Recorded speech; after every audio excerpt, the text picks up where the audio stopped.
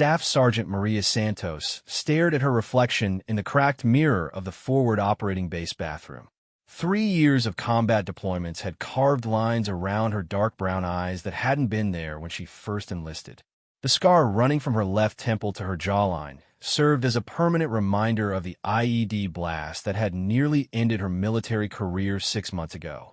She traced the raised skin with her fingertip, remembering the deafening explosion that had flipped her Humvee and killed 2 of her closest friends.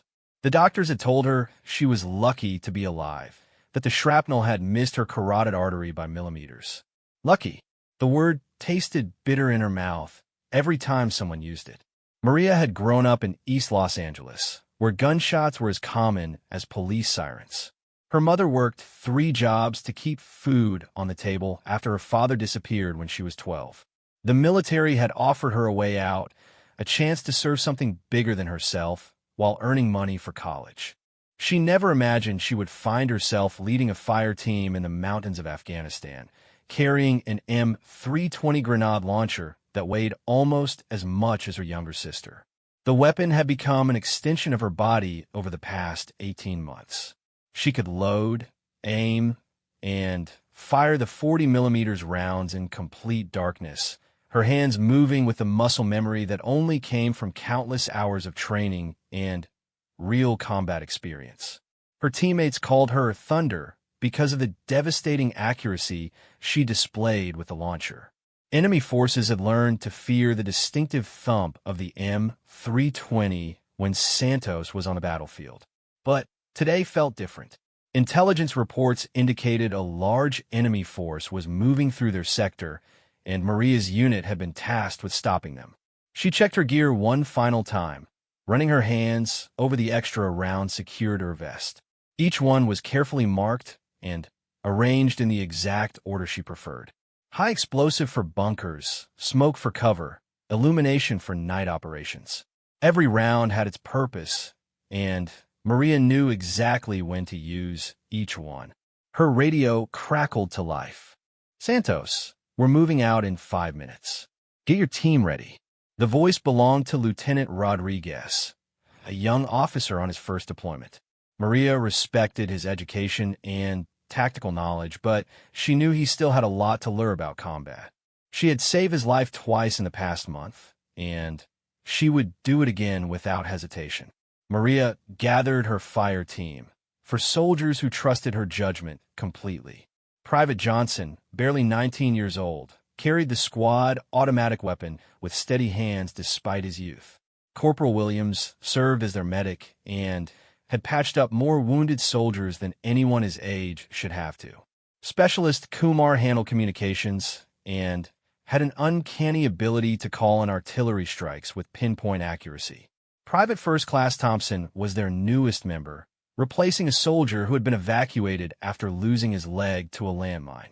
As they prepared to leave the relative safety of their base, Maria felt the familiar weight of responsibility settle on her shoulders. These men looked to her for leadership, for the tactical expertise that would bring them home alive. She had earned their trust through countless missions where her quick thinking and accurate fire had turned potential disasters into victories. The Afghan sun beat down mercilessly as they loaded into their armored vehicles.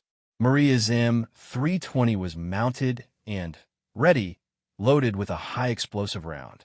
She had learned to read the terrain like a book, identifying potential ambush sites and escape routes before the enemy could exploit them.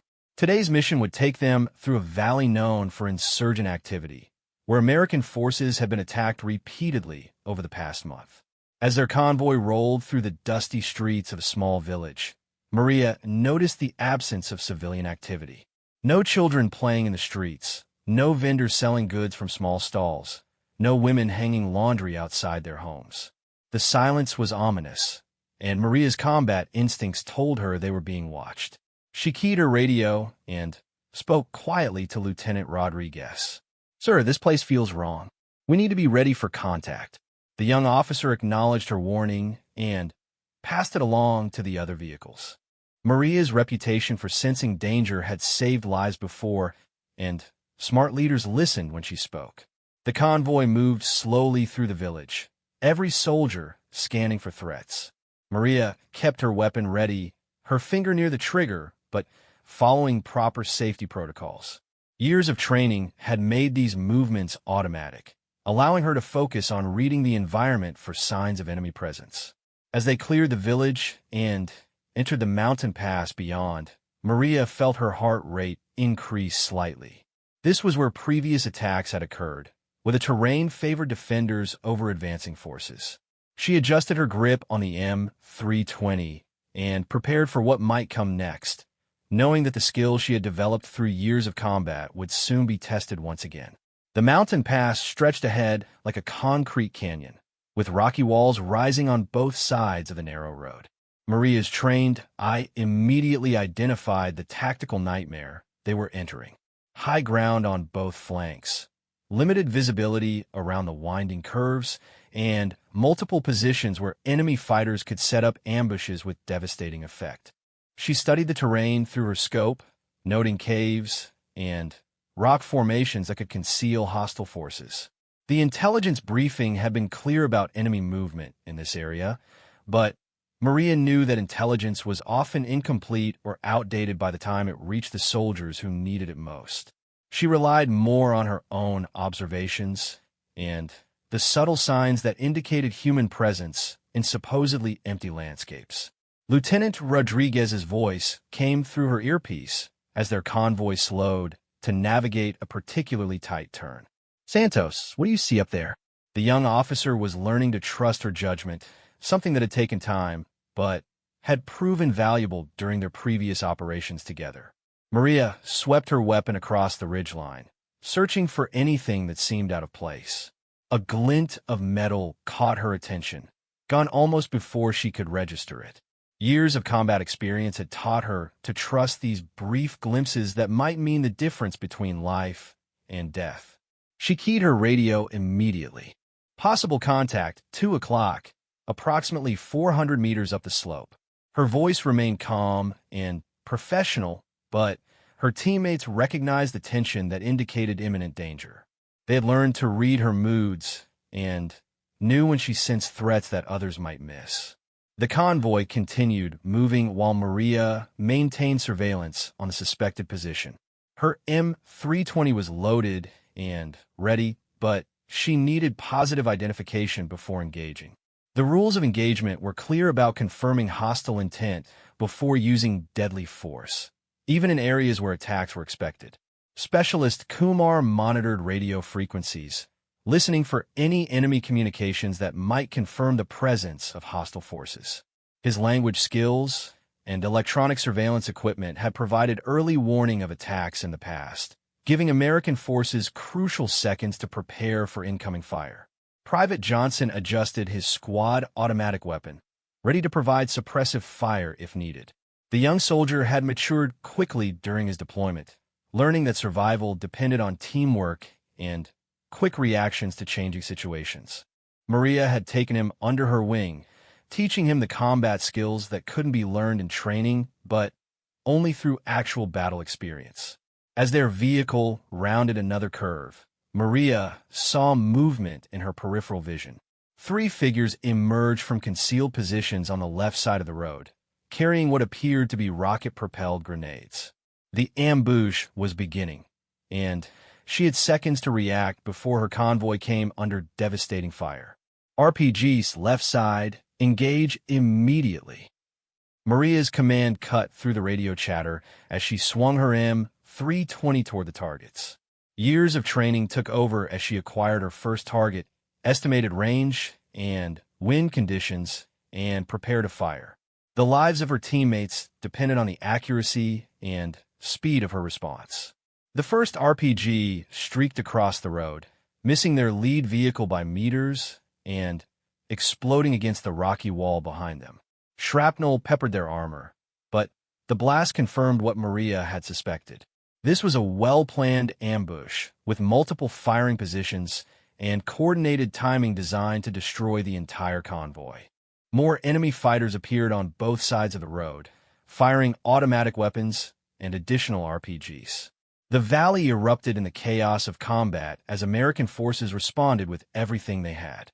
Maria's M320 boomed as she sent her first round toward the initial RPG team, the high-explosive projectile detonating exactly where she had aimed it. The explosion silenced the enemy position, but Maria was already loading her second round. Her movements were smooth and efficient, the result of countless hours of practice that had made reloading automatic even under extreme stress. She identified her next target, a machine gun position that was pouring fire down on the convoy from an elevated position. Corporal Williams was already treating a wounded soldier in the vehicle behind them, working quickly to stop bleeding and stabilize injuries while bullets cracked overhead.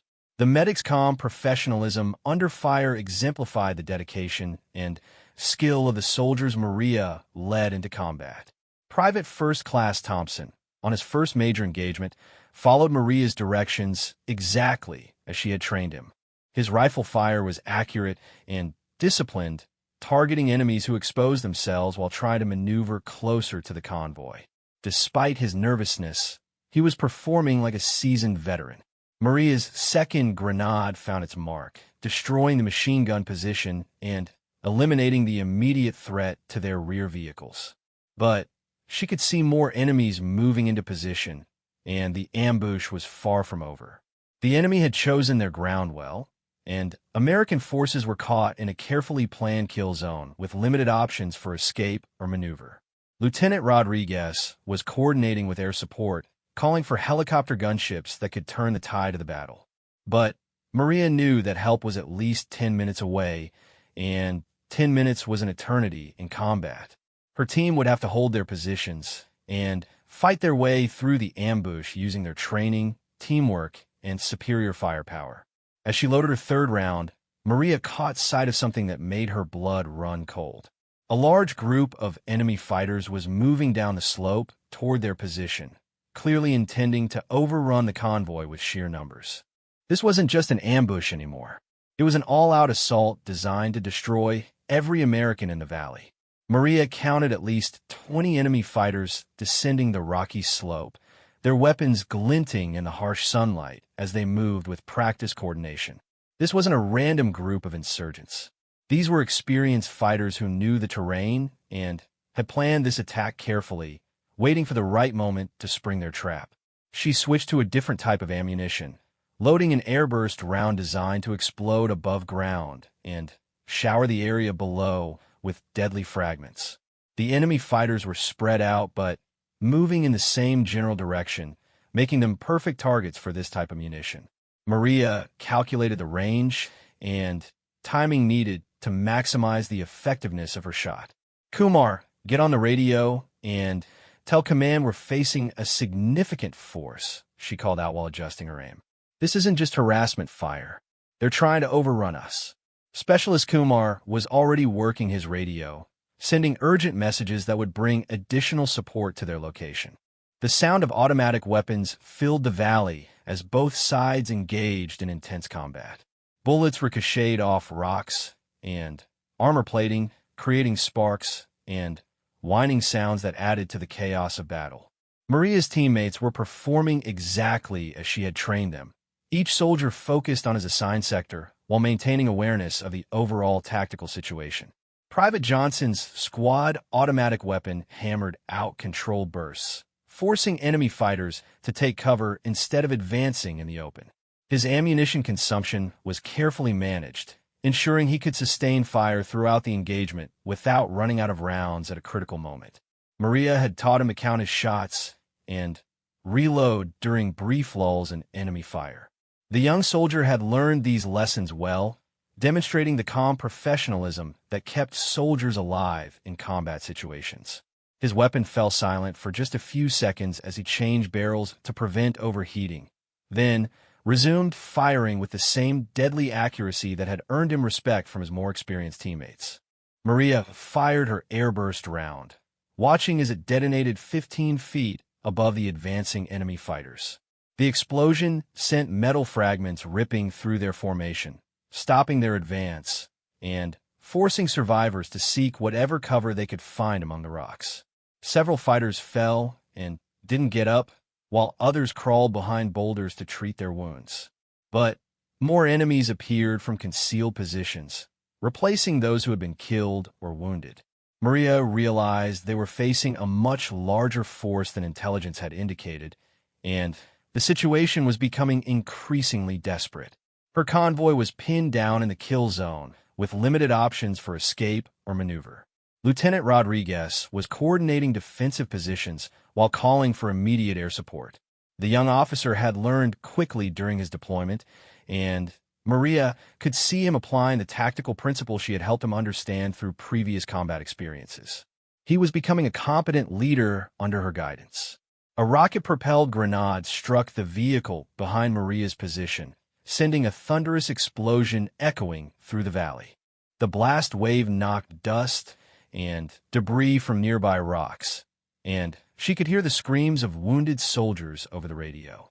Corporal Williams immediately began moving toward the damaged vehicle, carrying his medical supplies and risking his own life to help his wounded comrades. Maria provided covering fire with her M320, sending high-explosive rounds toward enemy positions to suppress their fire and give Williams the time he needed to reach the wounded soldiers.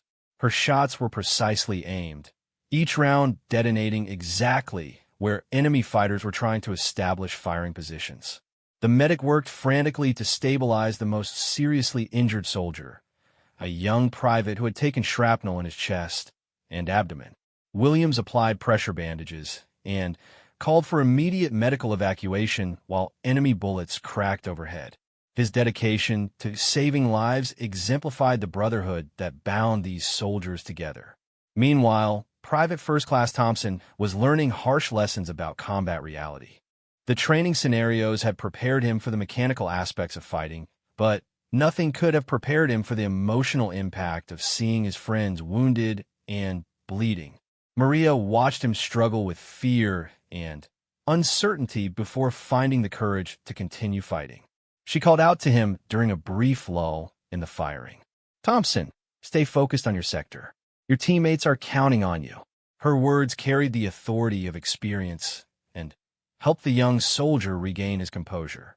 Combat leadership often involved these small moments of guidance that could determine whether a soldier performed effectively or became paralyzed by fear. Specialist Kumar reported that air support was still several minutes away, but artillery fire was available if they could provide accurate target coordinates. Maria began identifying priority targets for artillery strikes while continuing to engage enemies with her grenade launcher.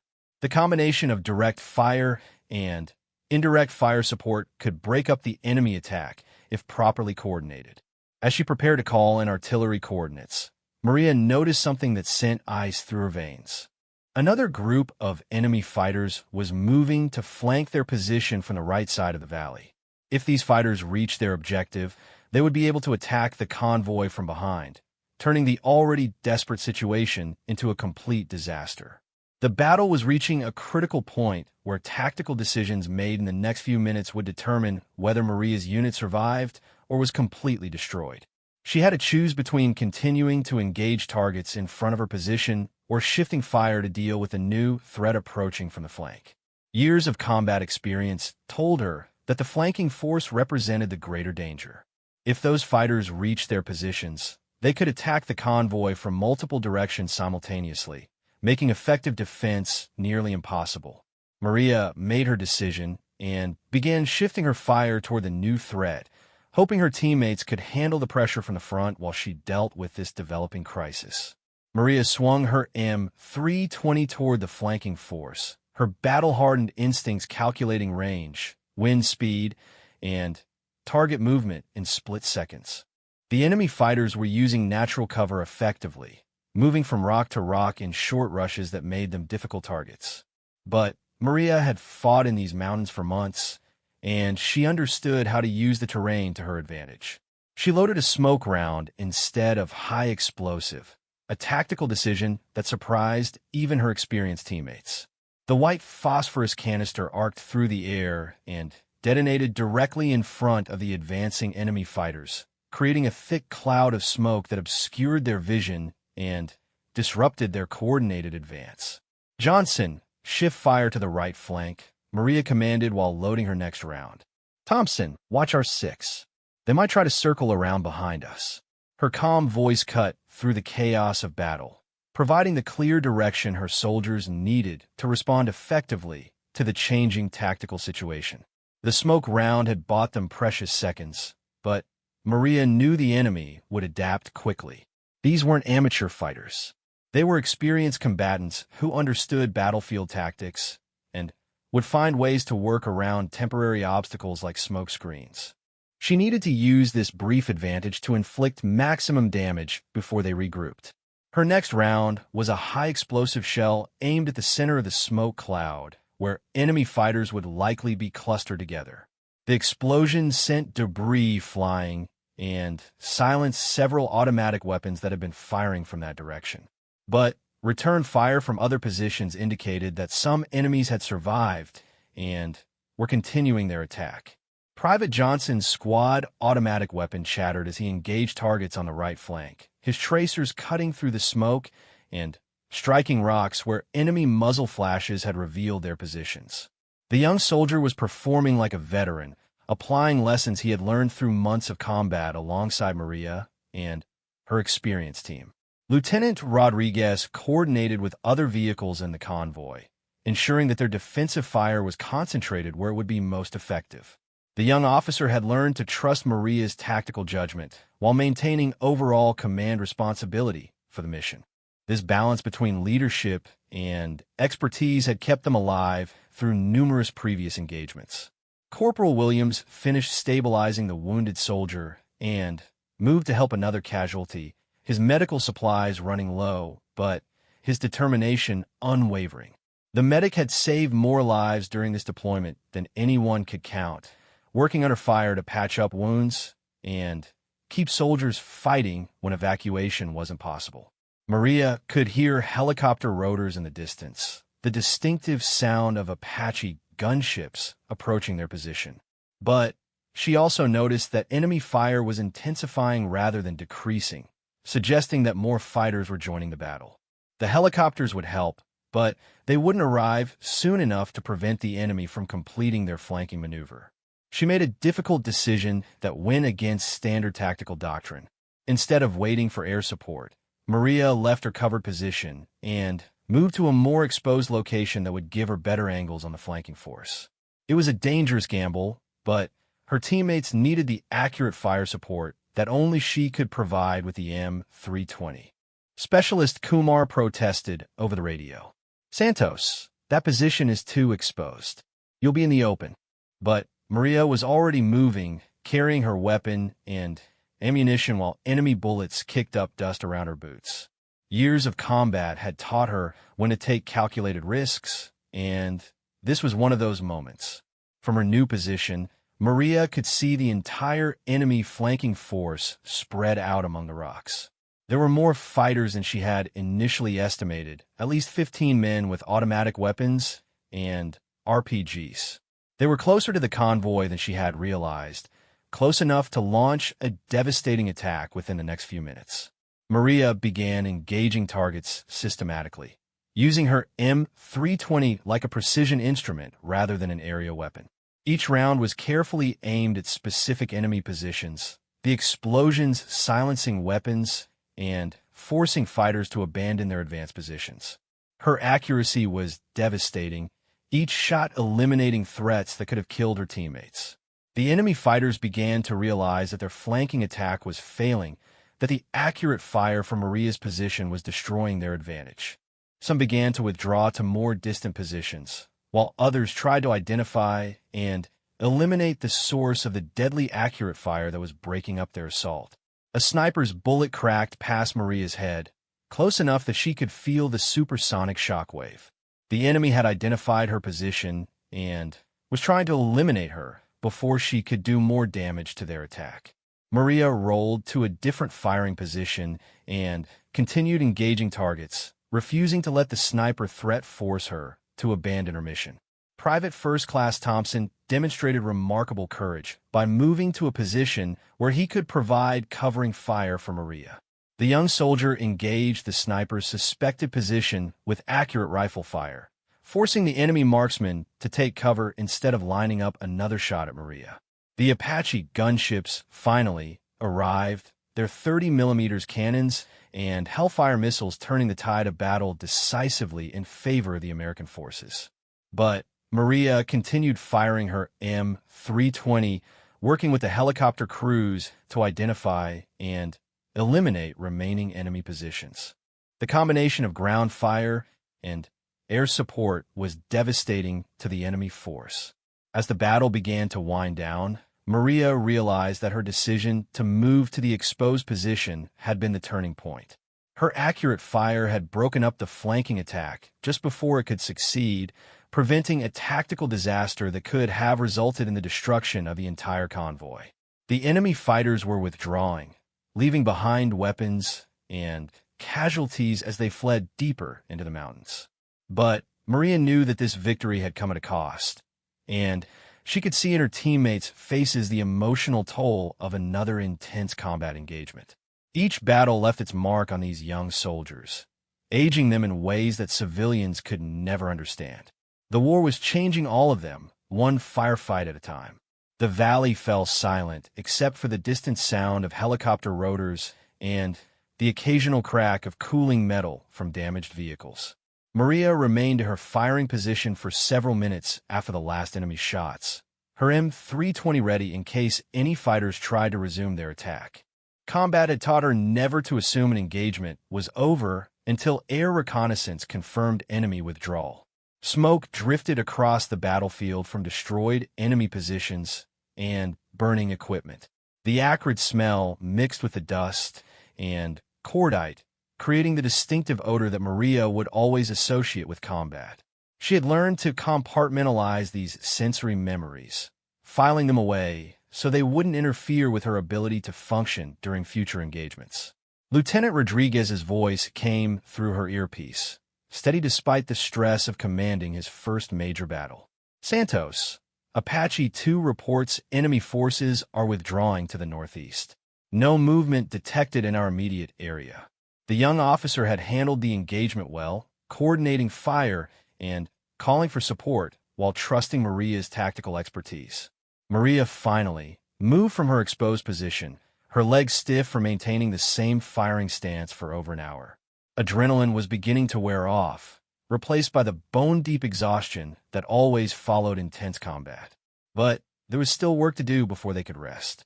Corporal Williams was treating the last of the wounded soldiers, his medical supplies nearly depleted after stabilizing 3 casualties during the firefight. The medic worked with quiet efficiency, checking vitals and administering pain medication while preparing patients for evacuation to the field hospital. His dedication had saved lives today, just as it had throughout their deployment.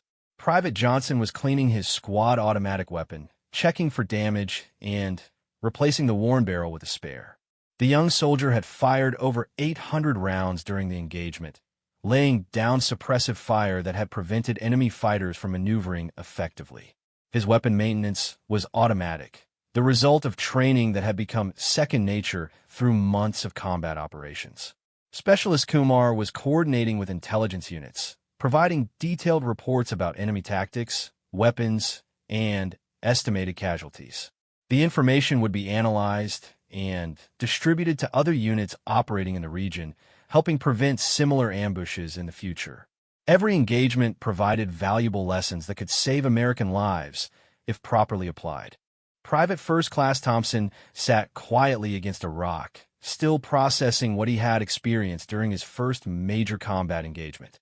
Maria approached him, recognizing the 1,000-yard stare that often affected soldiers after their first taste of real warfare.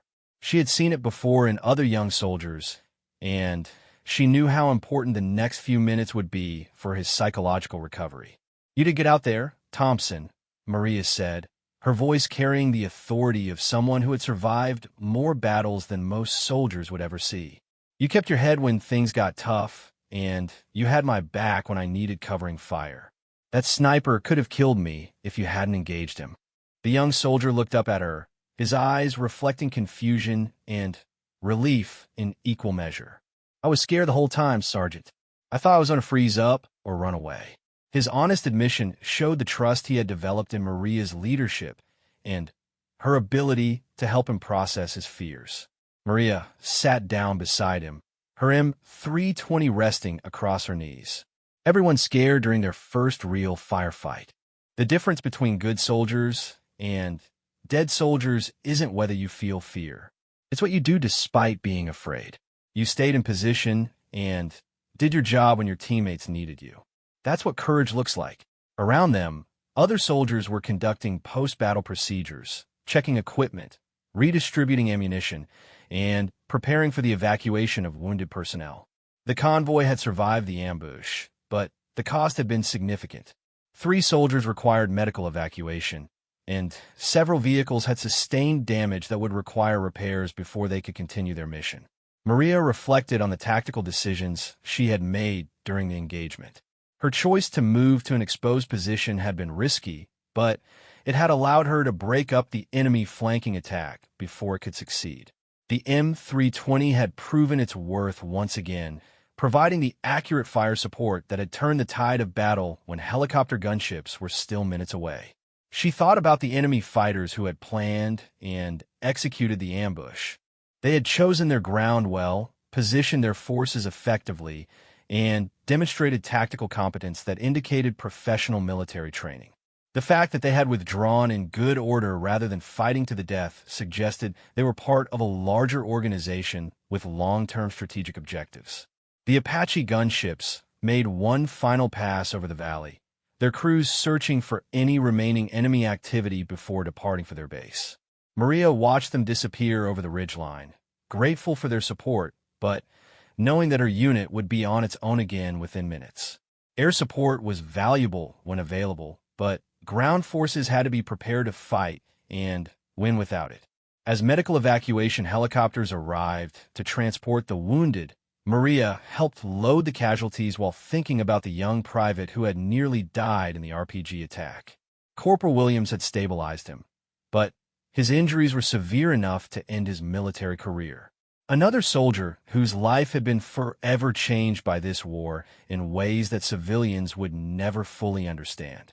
Lieutenant Rodriguez approached her as the last helicopter departed. Command wants a detailed after-action report within 6 hours. They're particularly interested in your assessment of enemy capabilities and tactics. The young officer had learned to rely on Maria's analytical skills as much as her combat expertise. Maria nodded, already organizing her thoughts about what they had encountered during the ambush. The report would become part of the institutional knowledge that helped prepare future units for similar threats. Her experiences and insights might save lives in battles that hadn't been fought yet, in valleys where other soldiers would face similar dangers. As their convoy prepared to continue its mission, Maria performed one final check of her M320, ensuring it was ready for whatever challenges lay ahead. The weapon had served her well during the engagement, and she knew it would be tested again before their deployment ended. Each battle brought new lessons and new scars, adding to the accumulated wisdom that kept experienced soldiers alive in an environment where mistakes were often fatal. The sun was setting behind the mountains as they moved through the valley, where dozens of enemy fighters had tried to destroy them just hours earlier. Maria looked back at the scattered debris and burn marks that marked the locations where the battle had raged, knowing that this place would be forever etched in her memory alongside all the other battlefields where she had fought and survived.